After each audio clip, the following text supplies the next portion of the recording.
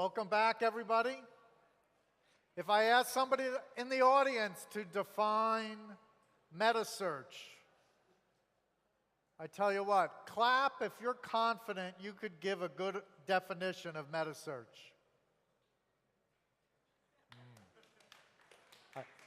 I think we have some work to do. Ladies and gentlemen, I'm pleased to introduce our distinguished panel of the BTO 2014 MegaMetaSearch session.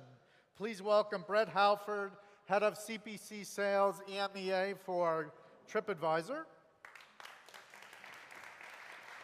Sydney Burdick, Global Communications Head of trivago. For Kayak in Italia, its country manager, Mr. Guran Garagak. Thank you. And with Skyscanner, also in Italy, Filippo De Matteis, marketing manager. Welcome all. Please, have a seat. Thanks. Okay. So we're going to add that question in a moment. But first, let's share with the audience a little bit about you. So we know your names, but tell the audience, what do you do in your day job? So, is this on? Yeah. So I'm Brett Halford. I'm head of CPC sales for South EMEA for TripAdvisor. I've been there for about 4 years. And basically our group is responsible for partnerships with regional OTAs and DMOs. And so we're trying to drive the business through enhancing the offers we have through the auction, through the MetaSearch piece. So CPC, partnerships, but you have a sales position. Yes, we're sales account management, exactly. Okay, great. And you work out of the UK? Yeah, we're in the London office. How many employees globally now for TripAdvisor? Globally, we're up to 2,700 as of November. 2,700. So it's been growing rapidly the last little while. And how many of those 2,700 would you say have a technical-oriented position, and how many sales? Majority definitely technical. Yeah. Our sales team, or the CPC team, is probably 40 to 50. And we have 2,700 employees, so we have a huge amount of engineers. A lot of other jobs. Yeah. Okay. Go. I'm Filippo De Matteis. I'm marketing manager for Italy. And basically my daily job is addressed to make the brand grow in the Italian market. And as you know, making a brand grow both as a business and as a product that also fulfills. So you just focus on Italy? Yeah, absolutely. So making a brand grow also as a product that fulfills emotional needs for customers means dealing with a lot of goals and KPIs. But you moved to Scotland. Yay. So this is a sign of the times where they get a local expert from Italy who's responsible for Italy, and he lives in Scotland. How does that work? Yeah. Well, so basically, Skyscanner has this strategy to pick the right people from the local markets and ask them to look after their markets. So it's a fun job because I deal with marketing partnerships and at the same time digital activities. And how many employees total at Skyscanner? Well, I would say about 500 across the 9 offices we have across the world. The headquarters is based in Edinburgh, and we are like 350 people in Edinburgh. So 500 employees headquartered in Scotland, 2,700 employees headquartered in the US. I was going to say though that we used to be very concentrated in offices as well. Steve wanted every engineer to be in Boston, and now we have engineers in Dublin and all over the place. So and what Steve wants, he usually gets. Yeah, right? absolutely. And so even on our team, we have people in Monaco, in Rome. Lorenzo's based in Rome. So yeah, I think as your company grows a little bit, you get more of a flexible work environment, and you want people to be based in market. Sydney? I mean, we're starting to get there slowly but surely. Yeah. So I'm working in PR, so I do it globally. So I get to work with the local teams. It's quite straightforward, but it's a really great experience for me. And I've been with Trivago for about 3.5 years now. How old is the company? It's almost 10 years old, so next year it'll be 10 years. But it really started more in 2006 than in 2005. 2005 was more when the idea And you're was born. headquartered in Düsseldorf? In Düsseldorf, in Germany. How many employees? A little over 600 now. Not all full-time, but we also now have an office in Mallorca as well, but we're kind of slowly getting to the expansion phase a little bit later on. But it's, yeah, so we have about 60 nationalities sitting in our one office in Düsseldorf. And the biggest MetaSearch brand, at least in the US? Well, yes, definitely in the US. My name is Jurhan Karac, and I'm the country manager for Italy, Turkey, and Greece. My day job is actually it's like a mixture of hundreds of little tasks. Basically, everything about mostly focusing on Italy, obviously. It's from business development to coordinating SEM, SEO, any kind of branding, PR, you name it, basically. It's, although it's a lot more focused around business development, it's still a lot of other things as well that I need to work with different teams. Cool. So let's answer the audience question. There's this irony in business I've learned where people use a word or a phrase over and over and over and over again. And then I ask them, what does it mean? And they go, What is MetaSearch? Don't all answer at once. Well, MetaSearch is simply the aggregating in our world, is aggregating the price and availability in one place from different partners so that the user can make an informed decision prior to clicking through. So we used to do the classic traffic where we would send off users without knowing that pricing information, and last year we changed to the MetaSearch. So aggregating prices from different places. Exactly. Would you guys agree with that? Disagree? I would say yes. I think that Isn't that what an OTA does? You go to an OTA, they get in hotels, they get Marriott, Hilton, Hyatt, Accor, and American and British Airways. So OTAs aggregate prices from different places, quote unquote. Are OTAs MetaSearch? No, essentially we bring in everything together to one place. get So everything. We got everything together in one place. So on Trivago, you have all the prices from Skyscanner and Kayak and TripAdvisor. Not really not everything. exactly, not not everything. exactly. I mean. But I think we have a little bit more than that. Ah. No. Did you see what's happening here? The last two definitions are not working. I What's think MetaSearch?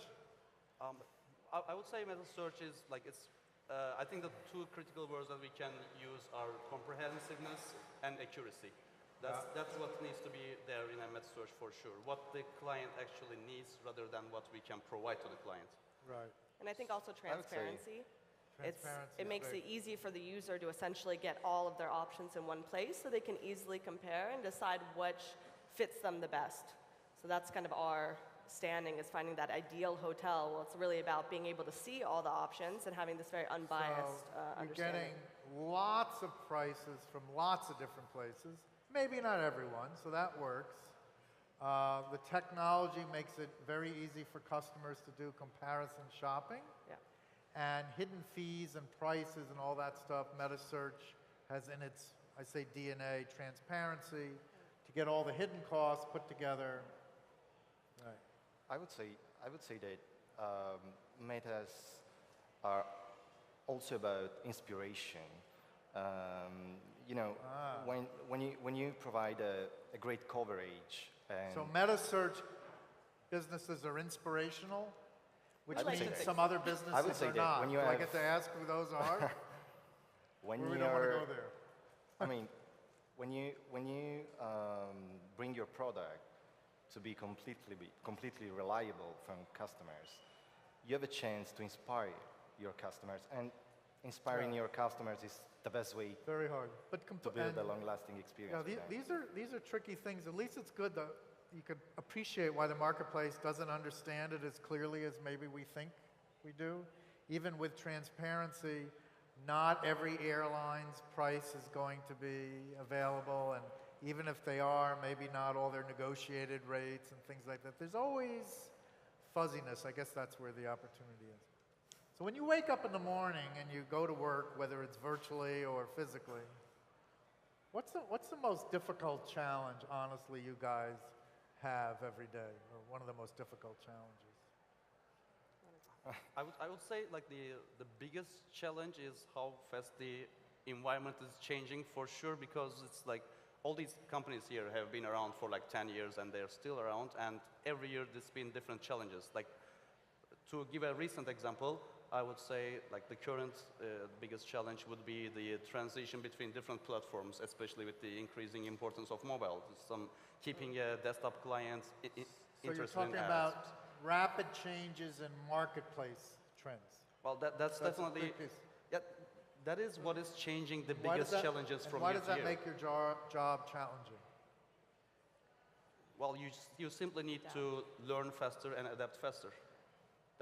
That's one of the biggest challenges of our job, because it's an industry where the biggest players are about 10 years old. Sydney, what's your toughest thing? Yeah, Brett. No, Sorry, go ahead. I would add to that, because definitely our biggest challenge in our team is definitely, Steve runs our company with a speed wins mentality, so just as you were saying. And to translate that into our partners, what we're finding is we're not seeing so much difficulty from a sales perspective in the commercial side of things. It's more on the integration side of things. So it's actually trying to influence tech roadmaps and also dev queues and that kind of thing. So that's where we're seeing kind of a slowness to get what we want to do out to the market based on what we think brings value to our users. I would say I think we face definitely similar challenges. I'd say in my job, one of the biggest challenges is just when you're expanding to different countries, really going from this very global approach to this very local approach. We want to really focus on the market. And I think also when we're expanding into territories like Asia, it's completely unknown, and it's so different from what we're used to doing here in Europe or maybe in America. And the other thing is, I just came, every year I've spent a lot of time in Asia. I was at the Web and Travel event and ITB Asia. I sit on the board of directors of Make My Trip in India. Only Westerners say the word Asia, Oh yeah, fair enough. right? And you're there, like, nobody from Korea and Philippines and Right, India and Japan and Thailand would say, oh yeah, we're Asia, we're like one market, but They're all it's very, mind-boggling. very different. Yeah. What's your most difficult? I would Challenge. say that my challenges, my daily challenges are basically two kinds. One is personal and another one is professional. The first one handles... Is that to hire and train good people or to keep you good? sorry? When you say people, your first one, is that about you or about your team? It's about me and my team and all the people that live in Skyscanner. So this challenge handles with the way I try to arrange myself to interact in the most enriching way with people from 35 different nationalities. Yeah. And it's amazing and somehow fun. How many different countries does each of your business operate in? I don't mean one, customer here and there, but honestly, how many different countries do you have a viable business going? So we have 45 points of sale in 28 languages. 45 points of sale, is that the same as Websites. countries? Yeah, Yeah. like .com, .co.uk, etc. Right. And so some of those are shared across countries? Is that how that would work? Yeah, I guess so. Yeah, exactly. Like for example, somebody in, Egypt yeah, has its own. Well, it's shared amongst. That's the only site we have in Middle East, for example. Oh, so the Egypt site is your, For is your example. Middle East site. So 45 different sites, and how many languages? 28. 28 languages. Yeah. We're something similar. We're about, I think it's 47 today, Yeah. maybe even 49. It changes really on a daily basis. That's one of the so challenges of Yeah, your job. that's You can't always- keep track. always coming And up. languages? I think about 28. 28. At this point. I believe the points of sale, especially considering like the French and English version of Belgium, these kind of differences. I think it's about 36, and the languages are about 28, I believe. Yeah. I would say 45 point of sales, and the website is translated into 30 languages. 30 languages. How many different versions of a mobile app do you have? Versions? What do you mean by versions? Like different. Well, it could be language, they could be content differences. They all the same? You don't Well- have 45 apps, probably, is my point. I'm not sure exactly how many apps we have. I mean, we have the city guides, we have the core TripAdvisor, and then a lot of our different businesses have their own app as well. Right, is the core TripAdvisor app different in Japan than it is in England? Well, Language. At the heart of it, no. But the language, just the translation. The language, and obviously, what we're doing in the US right now on the TripAdvisor app, we have instant booking on there where we don't have that on any other IP. So here's a true-false question. True or false, the lines are blurring between OTAs and MetaSearch businesses. True or false, the lines are blurring between OTAs and MetaSearch. False. False? Go ahead. I think it's true. True. I think that the OTAs are trying to go. Okay, but if you tell me what you think first, then we'll discuss it. No, from what we've seen is that the OTAs are starting to try to do meta. Okay, more so the lines are blurring. True or false? You're Yeah, trying to diplomatically false. say false, right? Yeah. False. Well, I think in terms of meta, I mean, on Orbitz, they offer meta, right? They have an... They try. This side is good. I ask a true-false question, I get a true-false answer. Something's going on on this side. I got to do more work. Carlo, we're going to need another. I would say it's We true like for to make it Orbitz. complicated. Okay, true or false? Forget. Let's do a mark. Let's re-ask the question, right? The only thing that matters are customers, right? Sure. So customers didn't. Even an industry audience wasn't comfortable defining MetaSearch, right? Sure. So if we did a focus group on 1,000 customers and we took them on a walk between Venere and Expedia and Booking and a whole bunch of OTA sites and all of your sites and a few other ones, and then we just asked them questions, and we did that for the last 3 years. True or false? The customers would say the lines are blurring between OTAs and MetaSearch. What would you answer? What would the customers say? I think that the customer would often think that they are blurring, but I think it's unfair to the customer to think that because it's misleading. I think that they the customers presented would to think them. it's blurred, yes, but it's unfair that who determines whether or not it's fair how they think? I would say to them it's unfair, if that makes sense. So I think that true, blurred. I think it's blurred, but I don't think it's accurate because the OTAs, at the end of the day, they're the one managing the experience, the customer service, and they're the ones signing up the contract. I don't think it's blurry. I say Not quite blurred. true. Quite true. Blurred. So I guess we can't even agree here. Why don't we see? I'm a researcher by trades, so I like to do the polling by clapping, so you're not embarrassed about raising your hand. So the question is, true or false, the lines are blurring between OTAs and MetaSearch. If you believe the lines are blurring, it's true, please clap now. If you believe the lines are not blurring, please clap now. Okay, so we believe the customers think they're blurring, our audience thinks they're blurring, but some of you think that they're misguided. in the nicest So way can you possible. enlighten why the polling data is wrong? I don't know that it's wrong. I just think that they only have a select amount of inventory that they're presenting. So if they bring other, make it more meta-like, what it does is it's not giving the full picture. It's not fully transparent. So if you go to a MetaSearch that's more established, we have these long-standing connections. We have a lot of independent hoteliers who are on the site. So we have a very extensive inventory, which is not being shown. So it can appear to be meta, but it's going to be a very limited inventory. So what's the opportunity then? If the marketplace is telling you something is not so clear, especially since in the DNA of MetaSearch we have this thing called transparency, what's the opportunity? What can MetaSearch businesses do better so that the marketplace appreciates the differentiated value? What are the opportunities? I think that a specific feature of MetaSearch is being unbiased. So I think that the great opportunity for Metas is working on this specific feature. Yeah.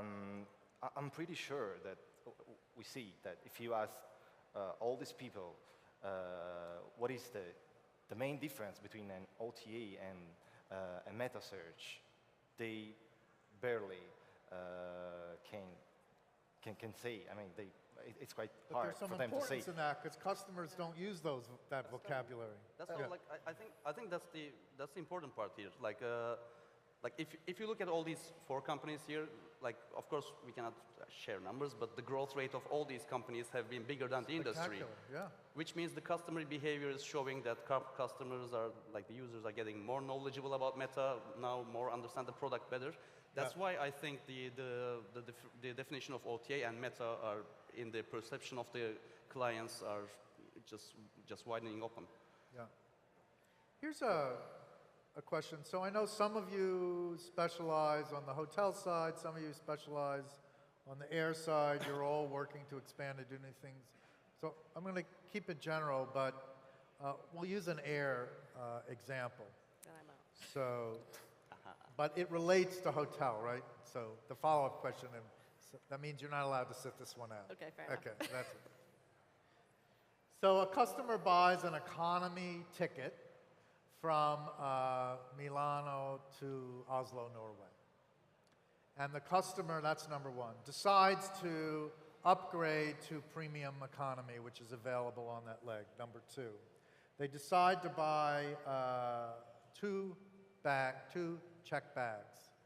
So that's, I'll call that 3 and 4 because there's 2 of them. I have 10 fingers, so I've got to be careful here. The 5th thing is they decide to pre-buy Wi-Fi, which is available on board. Number 6, they buy a snack or a meal because it's not included, so they buy that on board. How am I doing? That's number 7. They buy a day pass at the airline lounge in the airport because they don't want to sit with the masses.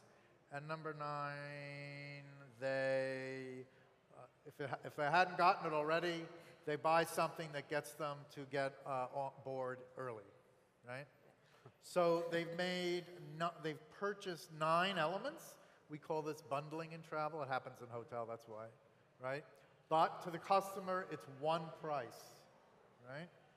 Now, whether it's air or not, MetaSearch loves transparency, loves to take that complicated bundle and make it comparable for customers. How well is that going on right now, would you say?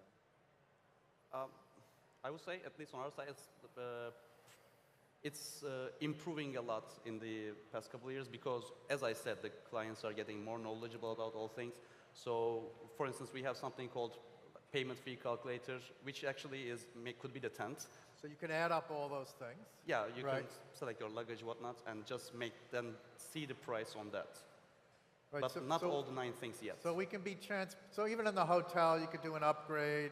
You could maybe buy Wi-Fi in advance. You could get a club floor. There's a lot of these things.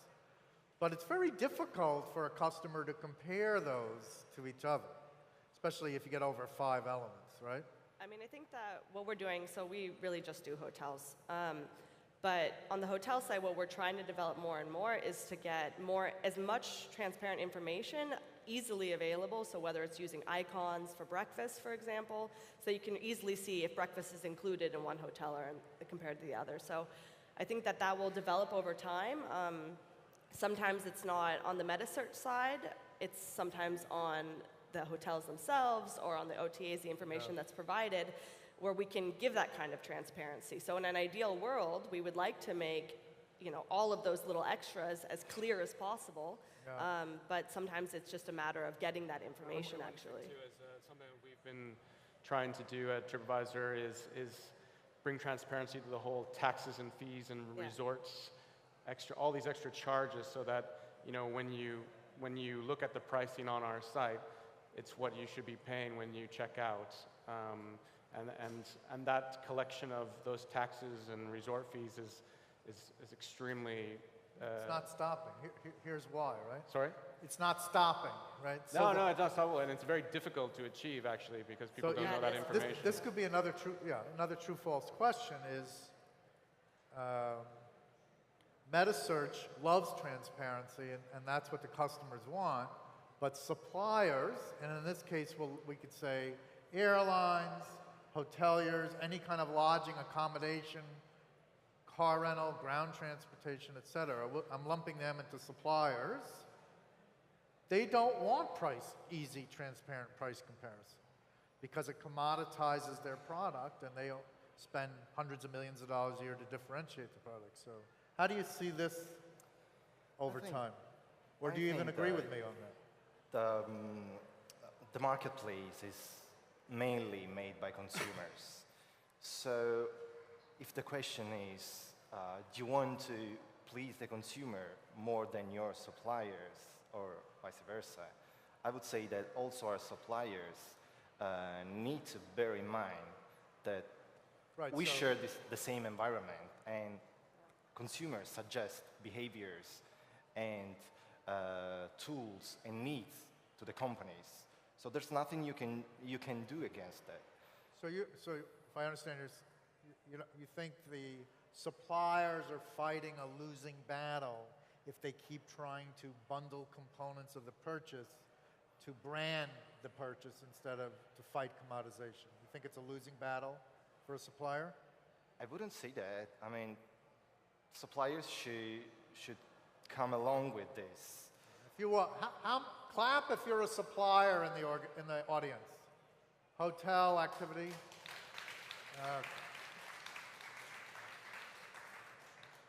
So if I ask them, do they work all day to brand and differentiate their products, or to make it very easy for price comparison and commodity type shopping? What are they going to answer? Come on. All right. You want me to ask them? Ask them. Ask them. All right. For suppliers in the audience, clap if you fight every day to improve your brand and differentiate your products.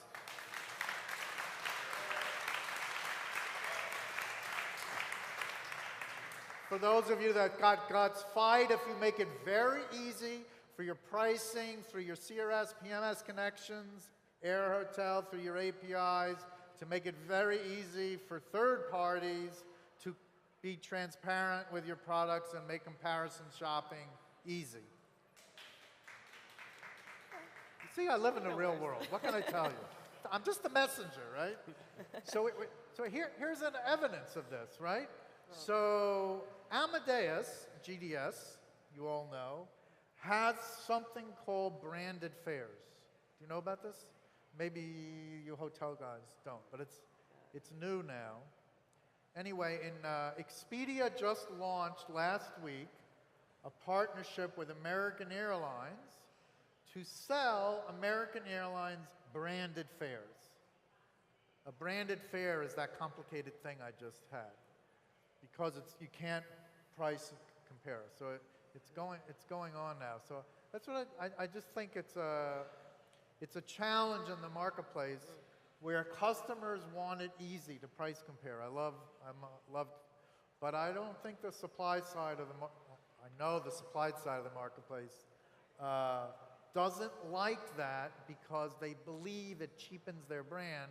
It would be like, how many of you don't see a big difference between Kayak, Skyscanner, TripAdvisor, and trivago? Clap if you say that. I mean, you hate that, right? You don't want to hear that. We're totally different. Yeah. So we're all in this together, right? What's that song? Maybe we could play that song. I don't remember. So anyway, that's the real marketplace challenge. And I'm always struggling. I sit on boards of directors of these companies, and we're always struggling. Fill in the blank. If I could eliminate one competitor or one company in our marketplace, it would be... I think that's a CEO question. I asked, so 2 weeks ago at the Focusrite conference, Lorraine Cilio asked that question of Steve Hafner of Kayak, who he has actually defied, like all you corporate communications type. He now has a boss because Priceline Group bought him. Didn't change him one bit, so that's good. That's good. And he answered, who wants to guess? So Steve Hafner, founder and CEO of Kayak, if you could eliminate one competitor in the marketplace, it would be, what do you think he answered? TripAdvisor. I can guess. Did not answer TripAdvisor, not even Google. Google. Google. Google. So, Okay, that's a safe answer. how would your life be if Google wasn't in the mix? Better? Look at their faces. The answer is yes, right? Yeah. I mean, I think that They monopolize things. travel industry ad spend on Google of all sectors in the world marketplace is, everybody know the answer to that? Numero uno. The travel industry, aggregated as a sector, spends more money with Google than any other sector, right? Yeah. So there's all these different fights. Now this is one we all have in common. I don't know if you know, but you don't have to give me an exact number, but roughly what percentage of your business is organic? In other words, people typing your brand.com.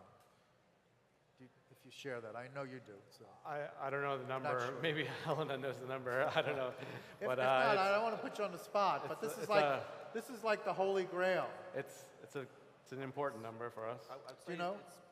well, I can't give an exact number, but it's very high on Kayak's case. Very high, Very like high. over 50% high? Yeah, easily. it's very high. Yeah. If you were a venture capitalist and a startup said our customer acquisition strategy is primarily Google AdWords, would you be turned off immediately? Yeah. That's a scary, scary thought.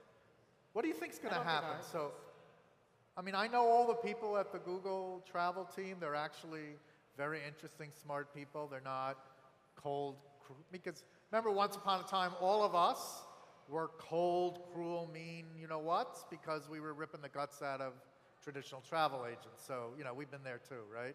So they're actually normal, smart, clever people. How do you think this is going to sort out with customer acquisition in the travel industry so dependent on Google spend? I think it's getting pushed back, right? You see now in Europe, it's getting pushed back with Google because what you see is, as a customer, you go to Google and you type it in a search, and what happens is that above the fold, so to speak, Yeah. so what you're seeing is just ads, and the customer doesn't know that. And so if you're looking from So you think this is going to eventually it's hurt not- Google?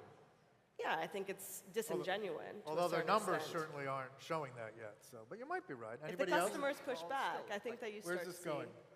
I would guess that in the long run it would probably decrease as well, especially considering the current CTRs of the first organic results versus the first ad.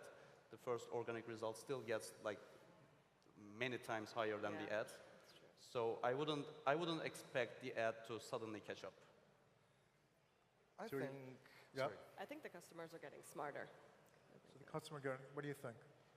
I think that mature companies, as we are, You're mature?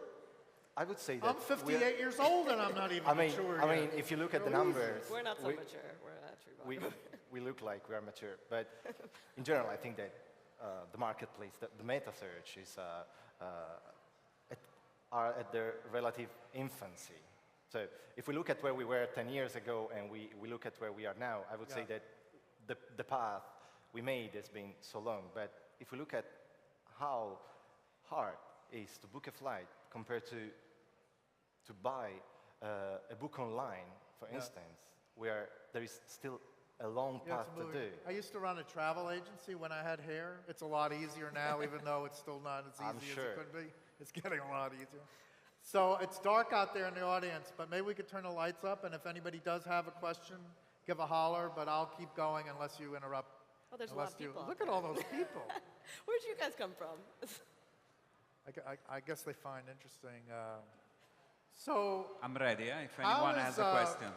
how is Facebook, is it becoming Oh, Facebook. increasingly more important to your companies in regard to brand building and customer acquisition? About the same, or it's not becoming very important? I think Or it's just important. trending. Is it about the same? Is it getting more important, or is it getting less important? Just kind of trend wise. I think it's getting important. I wouldn't necessarily say it's getting more important. I think it's, in one way it's getting more important, in one way it's getting less important. So I think we see that as Facebook expands globally, in different countries it's growing, but in, you know, in the US it's not. TripAdvisor. What? I don't have much of a comment on that. I mean, I'm not focused on the brand stuff. One of the most brilliant things I think TripAdvisor has done, like I guess it was launched 2 years ago with Adam, is you can log into TripAdvisor with your Facebook credentials. Sure. And in addition to getting the wisdom of the crowds, tell me all the reviews about these hotels in Roma.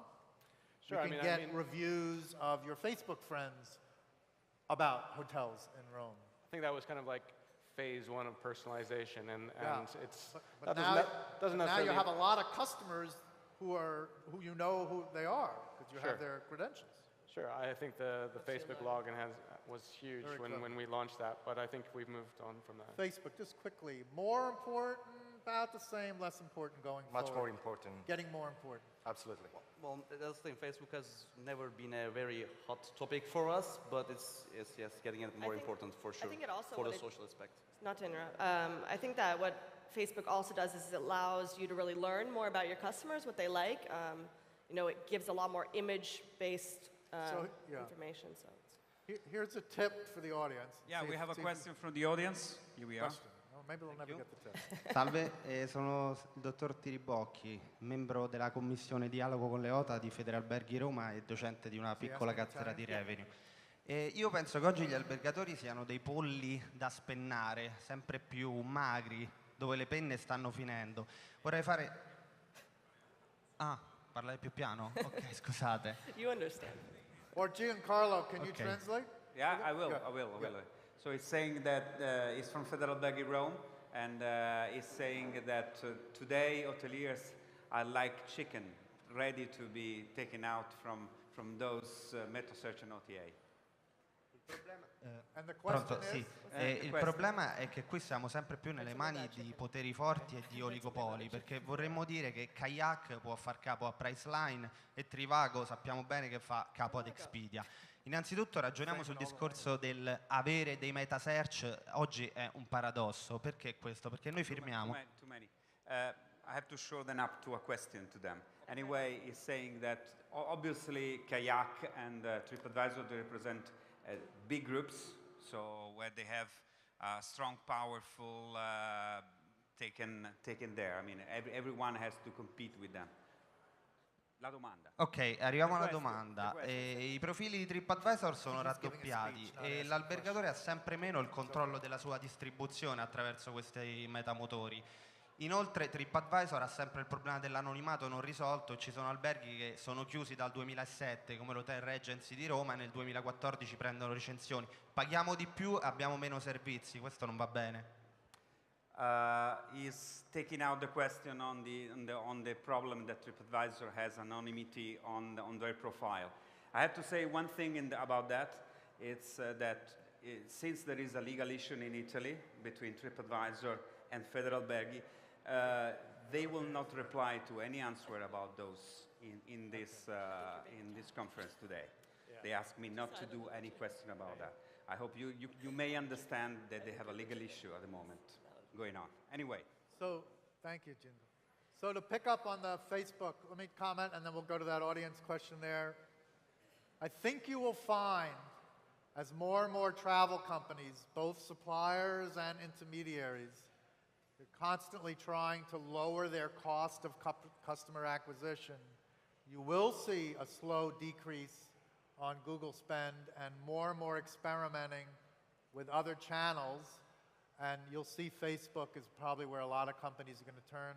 Not to be social and the old, like historically, travel companies think you couldn't do a lot with Facebook. But if you're more serious about your messaging on Facebook, I'm seeing a lot of successful customer acquisition strategies that are just starting now on Facebook. And I think this is a lot better thing to do than to complain to governments about Google being a monopoly. Pedro. Hi. I have a question for all four members, which is MetaSearch players make a lot of money on OTA, so I would like to understand what are each of you going to do to be more supplier friendly and actually help your hotel partners sell direct, as it was the ultimate promise of MetaSearch?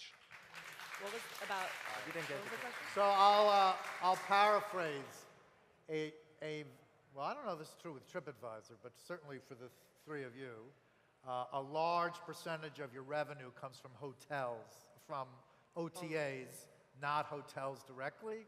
And the question is, what can you guys do to shift that a little bit and be more friendly working directly with hotels? Did I paraphrase correctly? Okay. I can answer that. So basically, I'll jump in because we're the hotels. So we have something called Direct Connect, which we're working with a lot of independent hoteliers, even independent chains, to really get more inventory and that it's easier for them to get direct bookings. And we do have a lot already integrated, but I think we're going to get even more as time goes on. It's really important. I fully support it. You already live and breathe hotels. Yeah, so I think from our perspective, I guess just over a year ago, we launched Trip Connect, which enables independent hotels and smaller chains to work directly with us in terms of a CPC or buying traffic from us.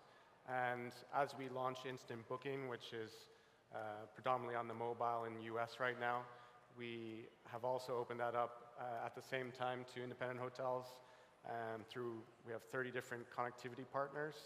So I think there's something in the neighborhood of 50,000 independent hotels or small chains that can connect currently and get instant bookings. with Trip Connect, if there's nobody lined up to do the booking, TripAdvisor will, as a last resort. Sorry? With Trip Connect, if there is no OTA or hotel in that particular path to do the booking, then TripAdvisor can accommodate the booking. No, it works in conjunction with the MetaSearch auction. So there's a book on TripAdvisor button at the top, on the mobile and on the desktop on a small traffic in the US. And so yeah, a hotel can buy either MetaSearch traffic or instant book. What are you doing to be more hotel friendly? You can always say next question. I do that all the time. We try to be as much more transparent as we can. We don't make rankings between hotels, so we try to give consumers the right solution. We are we are going So basically, through you're telling semantic. them you're agnostic whether or not the booking goes through an OTA or directly with a hotel. Exactly. Okay, which means not too much for that answer, but that's okay. And I think it's On our you side, don't think that's what he said?